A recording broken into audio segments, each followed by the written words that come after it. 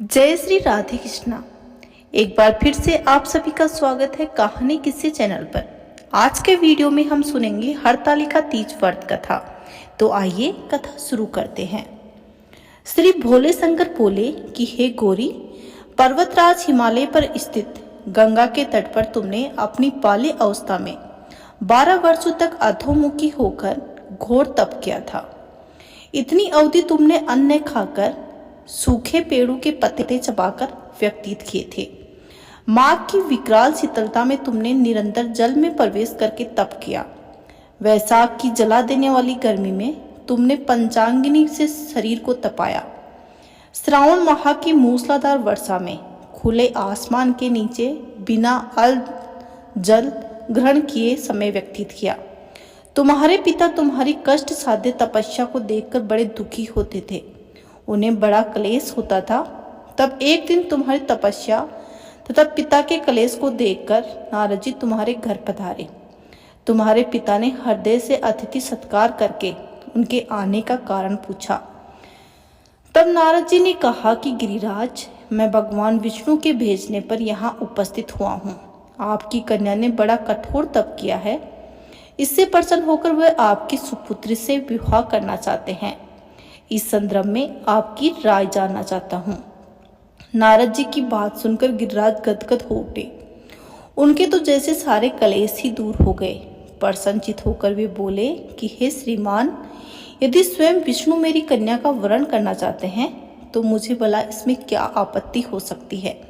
वे तो साक्षात ब्रह्मा हैं। हे महर्षि, ये तो हर पिता की इच्छा होती है कि उनकी पुत्री सुख संपदा से युक्त पति के घर की लक्ष्मी बने। पिता की सार्थकता में इसी में है कि पति के घर जाकर उसकी पुत्री पिता के घर से भी अधिक सुखी रहे। तुम्हारे पिता की स्वीकृति पाकर नारद जी विष्णु जी के पास गए और उसने तुम्हारे ब्याह को निश्चित होने का समाचार सुनाया। मगर इस विवाह संबंध की बात जब तुम्हारे कान में पड़ी तो तुम्हारे दुख का ठिकाना न रहा। तुम्हारी एक सखी ने तुम्हारी इस मानसिक दशा को समझ लिया और उसने तुमसे इस विक्षिप्तता का कारण जानना चाहा। तब तुमने बताया कि मैंने सच्चे हृदय से भगवान शिव शंकर का वरण किया है, किंतु मेरे पिता मेरा विवाह विष्णु जी से निश्चित कर दिया है। मैं विचित्र धर्म संकट में हूँ। अब मैं क्या करूँ? अब मेरे पास प्राण छोड़ने के अतिरिक्त कोई दूसरा उपाय शेष नहीं बचा है। तुम्हारी सखी बड़ी ही समझदार और सूझबूझ वाली थी। उसने कहा कि सखी, प्राण त्यागने का इसमें कारण ही क्या है? संकट के मौके पर धैर्य से काम लेना चाहिए। नारी के जीवन की सार्थकता इसी में है कि पति रूप में हृदय जिसे एक बार स्वीकार कर लिया जाए, जीवन पर्यंत उसी से निर्वाह करे। सच्ची आस्था और एक निष्ठा के समक्ष तो ईश्वर को भी समर्पण करना ही पड़ता है। मैं तुम्हें घनघोर जंगल में ले चलती हूँ, जो साधना स्थली भी हो और जहाँ तुम्हारे पिता तुम्हें खोज भी ना पाए। वहां पर तुम साधना में लीन हो जाना। मुझे विश्वास है कि ईश्वर तुम्हारी अवश्य सहायता करेंगे। तुमने ऐसा ही किया। तुम्हारे पिता तुम्हें घर पर न पाकर बहुत ही दुखी तथा चिंतित हुए। वे सोचने लगे कि तुम जाने कहाँ चली गई हो। मैं विष्णु जी से उसका विवाह करने का प्रण कर चुका हूँ। यदि भगवान विष्णु बारात लेकर आ गए और कन्या घर पर ना हुई तो बड़ा अपमान होगा। यदि भगवान विष्णु बारात लेकर आ गए और उन्हें कन्या घर पर नहीं मिली तो बहुत ही बड़ा अपमान होगा। मैं तो कहीं मुंह दिखाने के योग्य भी नहीं रहूंगा। यही सब सोचकर गिरिराज ने जोर जोर से तुम्हारी खोज शुरू करवा दी। इधर तुम्हारी खोज होती रही और उधर तुम अपनी सखी के साथ नदी के तट पर एक गुफा में मेरी आराधना में लीन थी। भाद्रपद शुक्ल तृतीया को हस्त नक्षत्र था।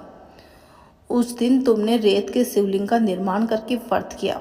रात भर मेरी स्तुति के गीत गाकर जागी।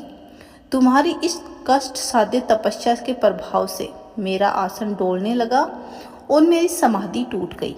मैं तुरंत तुम्हारे समक्ष जा पहुंचा और तुम्हारी तपस्या से प्रसन्न होकर तुमसे वर मांगने को कहा। तब अपनी तपस्या के फलस्वरूप मुझे अपने समक्ष पाकर तुमने कहा कि हे भोलेनाथ, मैं हृदय से आपको पति के रूप में वरण कर चुकी हूँ। यदि आप सचमुच मेरी तपस्या से प्रसन्न होकर आप यहाँ पर पधारे हो तो मुझे अपनी अर्धांगिनी के रूप में स्वीकार कर लीजिए।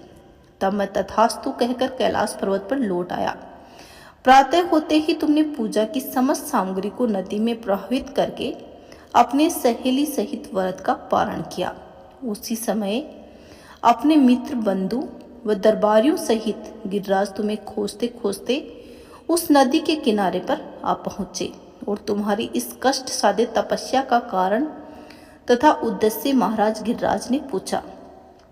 उस समय तुम्हारी दशा को देखकर गिरिराज अत्यधिक दुखी हुए और पीड़ा के कारण उनकी आंखों से आंसू उमड़ आए थे। तुमने उनके आंसू पोंछते हुए विनम्र स्वर में कहा कि हे पिताजी, मैंने अपने जीवन का अधिकांश समय कठोर तपस्या में बिताया है। मेरी इस तपस्या का उद्देश्य केवल यही है कि मैं महादेव को अपने पति के रूप में पाना चाहती हूँ। आज मैं अपनी तपस्या की कसौटी पर खरी उतर चुकी हूँ। आप क्योंकि मेरा विवाह विष्णु जी के साथ करने का निर्णय ले चुके थे, इसलिए मैं अपने आराध्य की खोज में घर छोड़कर चली आई।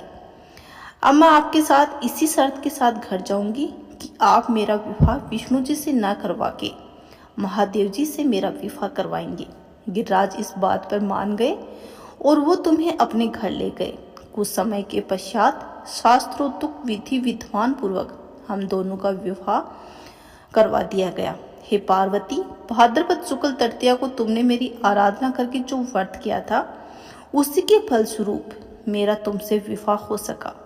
इसका महत्व यह है कि मैं इस व्रत को करने वाली कुंवारी कन्याओं को मन वांछित फल देता हूँ। इसलिए सौभाग्य की इच्छा करने वाली प्रत्येक व्यक्ति को ये व्रत पूरी एक निष्ठा और आस्था के साथ करना चाहिए। ये था दोस्तों हरतालिका तीज की व्रत कथा। आशा करती हूँ कि आपको जरूर पसंद आई होगी। अगर आपको मेरी वीडियो पसंद है तो लाइक करें, शेयर करें और चैनल को जरूर सब्सक्राइब करें। धन्यवाद।